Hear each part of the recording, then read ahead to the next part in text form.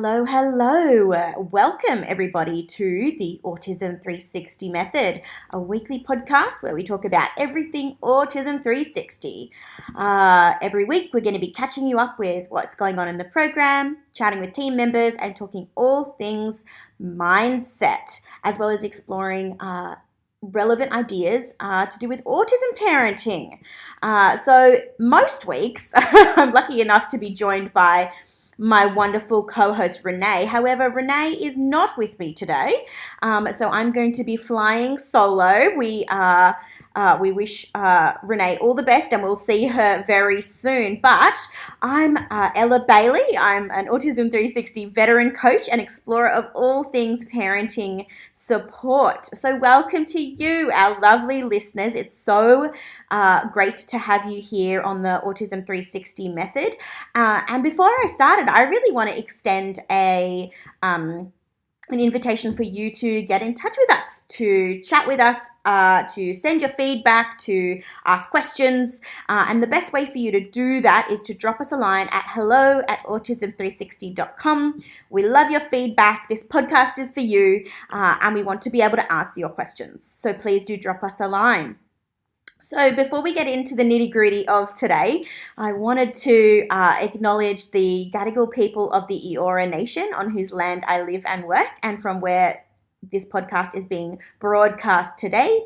And I also wanted to mention that this podcast is not a substitute for medical or allied health intervention. If you're worried about your kiddo and you'd like support, please do reach out to your medical professional or your allied health professional. Reach out to Autism 360. We'd love to support you on your journey. So today, what we are going to be talking about is a bit of a hot topic at the moment in autism parenting, and that is demand avoidance and the spectrum. So there's a lot of buzz going on right now in the autism community, in the autism parenting community, about demand avoidance, about PDA or pathological demand avoidance, or sometimes it's called EDA, and just about what that looks like, what it is, and why these kiddos need a little bit of tweaking to the way we would typically engage with kiddos on the spectrum. It's important to recognize when we're talking about demand avoidance, demand anxiety, or PDA, I'm going to be using those terms interchangeably in this podcast, that what we're talking about here is not actually an official or recognized diagnosis as per the DSM-5. And it's actually not recognized anywhere as an official diagnosis. However, where it is recognized is in the UK, where they use a different diagnostic manual. They recognize it as a pretty stable cluster of symptoms that's recognizable as something that impacts some kids on the spectrum and not others. There does seem to be a significant overlap between kiddos who struggle with this cluster of symptoms and are on the spectrum. There are sort of unofficial diagnostic tools that you can use, and that have been created, and there's research going on around the idea of PDA or demand avoidance, but I just want to flag that I'm not referring to this as an official or clinical diagnosis, but more as something that's been anecdotally derived, and something that certainly people, adult autistics, talk about as something that's relevant to their experience, and also something that autism parents talk about as something that they experience with their kiddos. And so I wanted to just chat about it because often it's something that we come across here on the program, because often for a kiddo who is struggling with demand avoidance, one of the most common things that we hear from parents is that a typical intervention approach, a traditional intervention approach, just does not work for my child. It doesn't matter how many different OTs, speech therapists, behavior therapists we try, their quality of life just doesn't seem to improve. And obviously that's what we're all aiming for, right? An improvement for our kiddos' quality of life, an improvement for the quality of life of our family. And so often what we see for kiddos who are struggling with demand avoidance is a few little flags that parents might say. So things like, my kiddo just does amazingly at school. They have, quote unquote, perfect behavior. Their teachers love them. They're a dream. But then when they come home, they have a massive meltdown, a whirlwind of chaos, that kind of thing. Or they might have a meltdown or be unable to cope when a parent directly asks them to do something that a parent might know that they can physically do, but that child is unwilling or unable to complete that task. So it might be, that your child can, has the physical capabilities to get themselves dressed in the morning, but they are just totally point blank unwilling or unable to do so when you ask them to do it.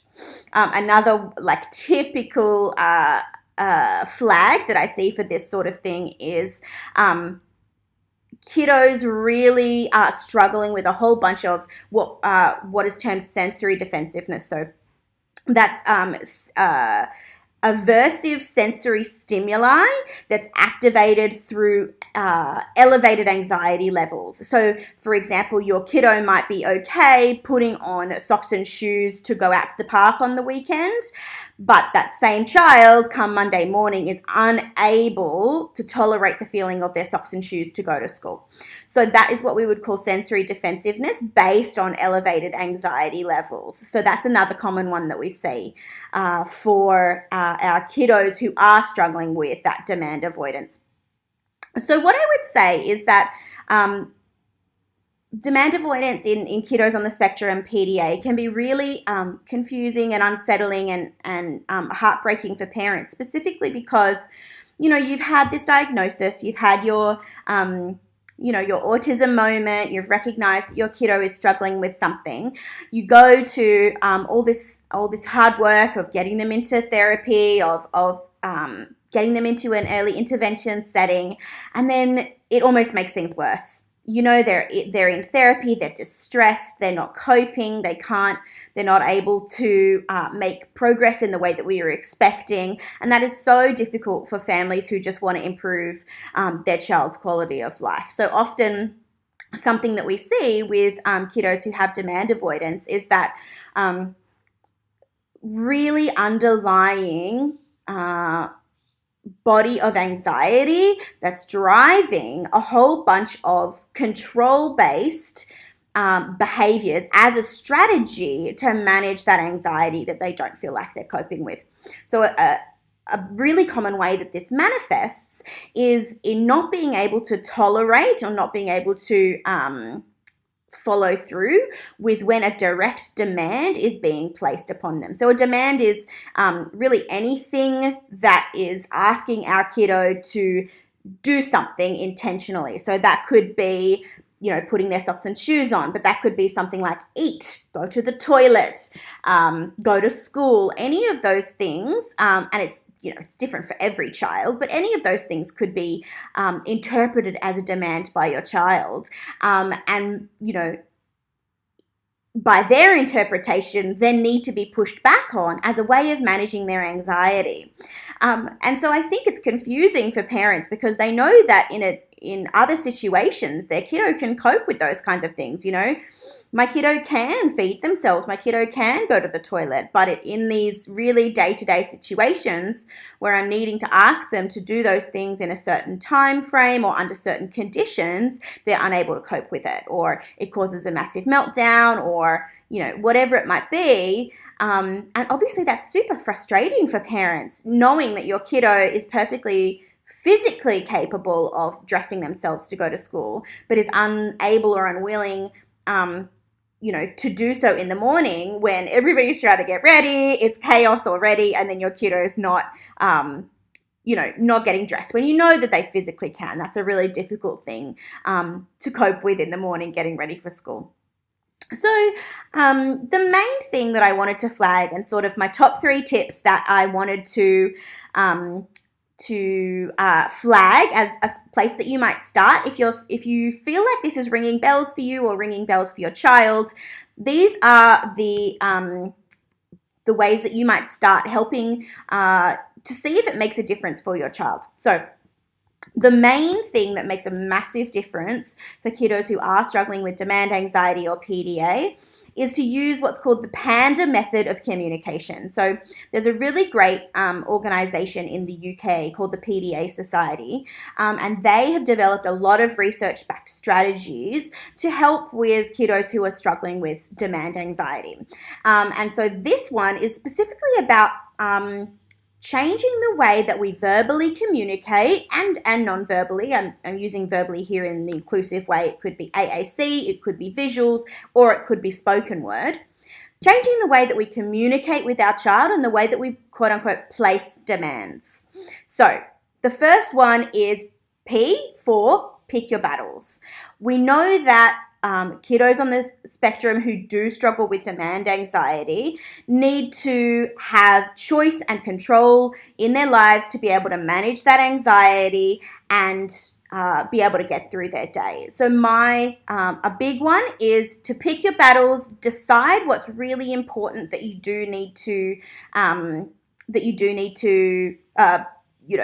really push your child to do, and what you can let go of. So for example, in the morning, is it more important for that your child sits at the table to eat breakfast, or can we pick our battle and choose to let go of that and let them eat breakfast, on the floor in front of the TV or in the car, as a way of reducing the demands so that your kiddo can push through the things that are difficult for them, whilst not worrying about the things that aren't super important. Enable some choice and control for your kiddo. So, a kiddo on the spectrum with demand anxiety or demand avoidance is really just looking for ways that they can manage the underlying anxiety through control over whatever it is that they can get their hands on. So if we give them a little bit of choice and control, more so than they would have before, we're going to see that anxiety come down, that anxiety that means that they're pushing back on day-to-day things. We're going to see that anxiety come down. Let them choose what they're wearing. Let them choose how they want to get dressed. Let them choose what they're eating. And you'll see a whole lot less pushback. And I think just accepting that some things can't be done, and letting yourself and your child off the hook a little bit, giving yourself and your child a little bit of grace, and letting it be. Picking our battles is an important one. The second one is anxiety management in our language. So what we want to do is we want to reduce uncertainties for our kiddos with demand anxieties. Reduce uncertainties in our language, be really clear about what we're setting out in terms of expectations and timelines, and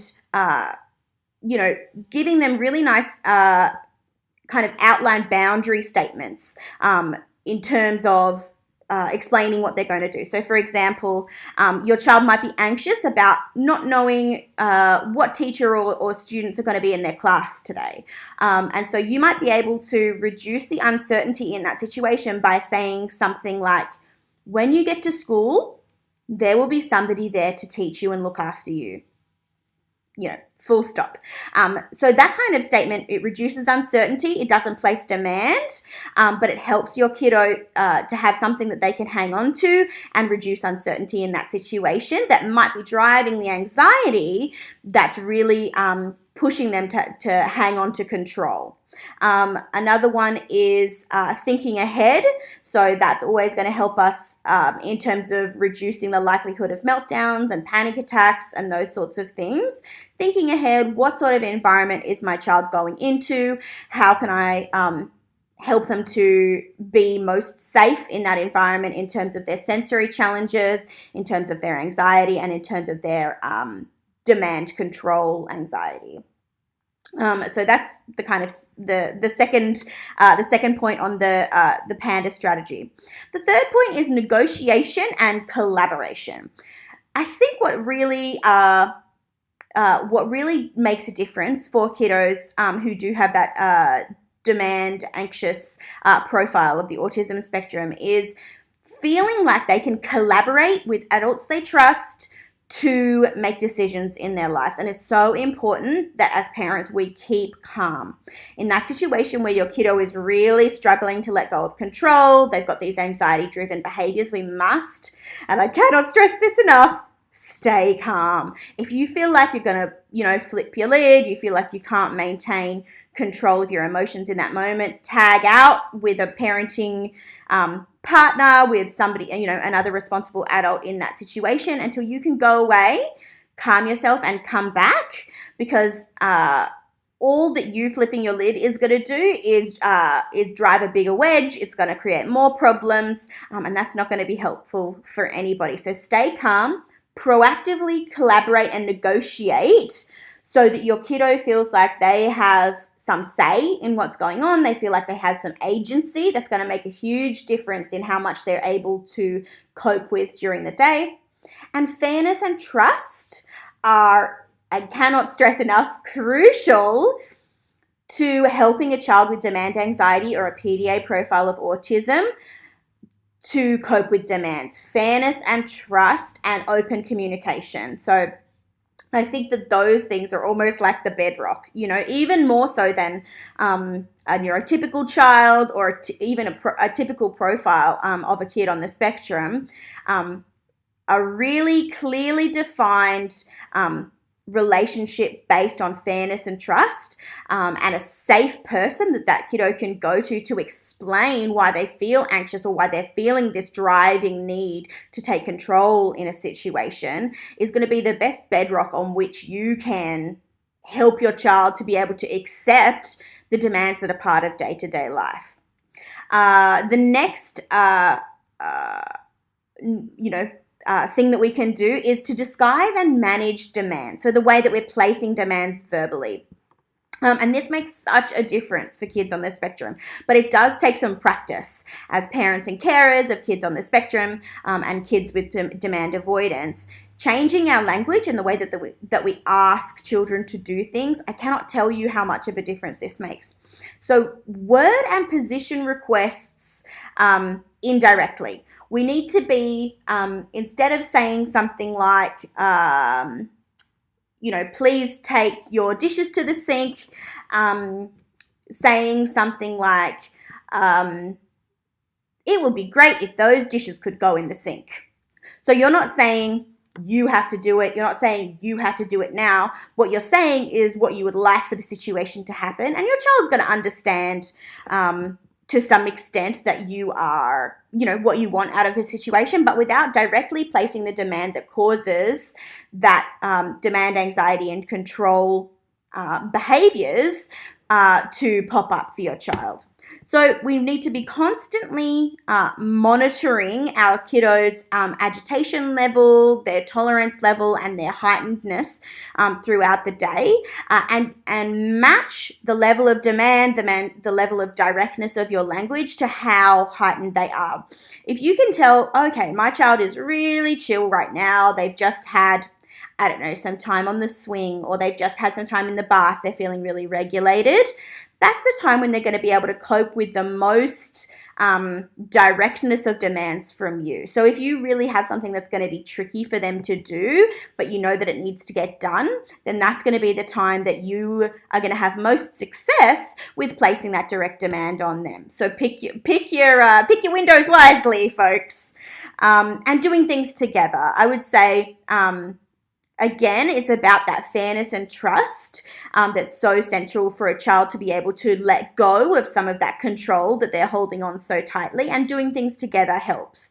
So rather than kind of directing your child to sit down and do their homework by themselves, you might sit down and say, okay, would you prefer me to do some of my homework, or would you prefer for me to help you with your homework while we sit at the table? And again, there you're doing a little bit of proactive collaboration, but you're also doing things together and building that fairness and trust, giving them some choices, and all those things are going to improve your child's capacity to cope with that demand that you're placing on them, which is that they do their homework. So the last strategy given by the PDA Society is adaptation. Something that really helps for kiddos with that demand avoidant profile is something like humor, distraction, novelty, role playing, and flexibility in the way that we place demands. So something like you might engage in a little bit of pretend play with your child. So you might, your child could pretend to be the teacher teaching you how to write the letters, and you could pretend to be the student. Are you still getting the homework done? Are they still writing the letters? Yes, they are. Are they having such an anxious experience that they're not able to do it? No, they're not. Something like, using humor, be silly, play around, see if that helps for your child to feel relaxed enough to then cope with that demand further. It's going to make such a real difference to how your kiddo can cope with those day-to-day demands. Things like, silly sock puppets that give that place a request, or something that's distracting. So you are asking them to eat their dinner, but at the same time you're playing a funny card game or something like that. Can make a real difference to your child's regulation level, which is what drives that controlling, demand, avoidant, anxious behavior. Okay, so they're the end of my strategies for that PDA profile. But I did have a really interesting question from one of the parents who sent in. Amir from Camden asks, my child can't tolerate wearing his school socks and shoes.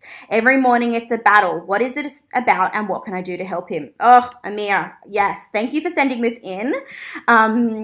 It's a really common thing that we see for a kiddo who's struggling with sensory defensiveness, often a flag for PDA profile kiddos, and something that can be really helpful to try is some kind of regulating sensory input directly before you're trying to put your kiddo's socks and shoes on. So something that I've talked to a lot of clients on the Autism 360 program about is using the Wilbarger brushing protocol directly before trying to put socks and shoes on. And this has been transformative for some families whose kiddos just absolutely could not tolerate school socks and shoes.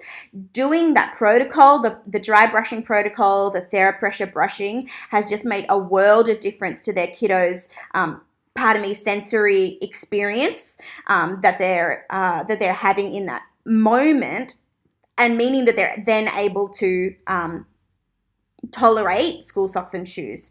Another strategy that I have heard has been very successful for a number of families is really modifying the type of sock that you wear. So I know that lots of schools have specific socks that you need to wear, but I would say it's probably better for your kiddo to get to school in any socks and shoes than to not be able to get there. And so there's a particular brand called Sister Sensory, and their seamless socks are an excellent option for kiddos who can't cope with the sensory input of typical socks. So when your kiddo is saying things like they want their socks feel scratchy, or they feel sore, or they want to be wearing socks and shoes that are multiple sizes too big or something like that, give that a try. Have a look at the Sister Sensory seamless socks. And see if that makes a difference. I hope that helps, Amir. Please get in touch and let us know if that has made a difference for your mornings. So normally we would have Renee's action points for the week at this point, but alas, you'll have to just wait until next week to hear those. But I guess I would say if anything here has rung a bell for you around your kiddo's struggles, some things that you're seeing for your child, please do get in touch. Please reach out to hello@autism360.com. We would really love to support you and to be able to help you to improve your child's quality of life and your own. That's so important. So it's been lovely getting to chat with you about these things, about our kiddos who do struggle with that demand and control anxiety. We will be back next week with another topic relevant to autism parenting. Can't wait to see you then. And until then, think 360.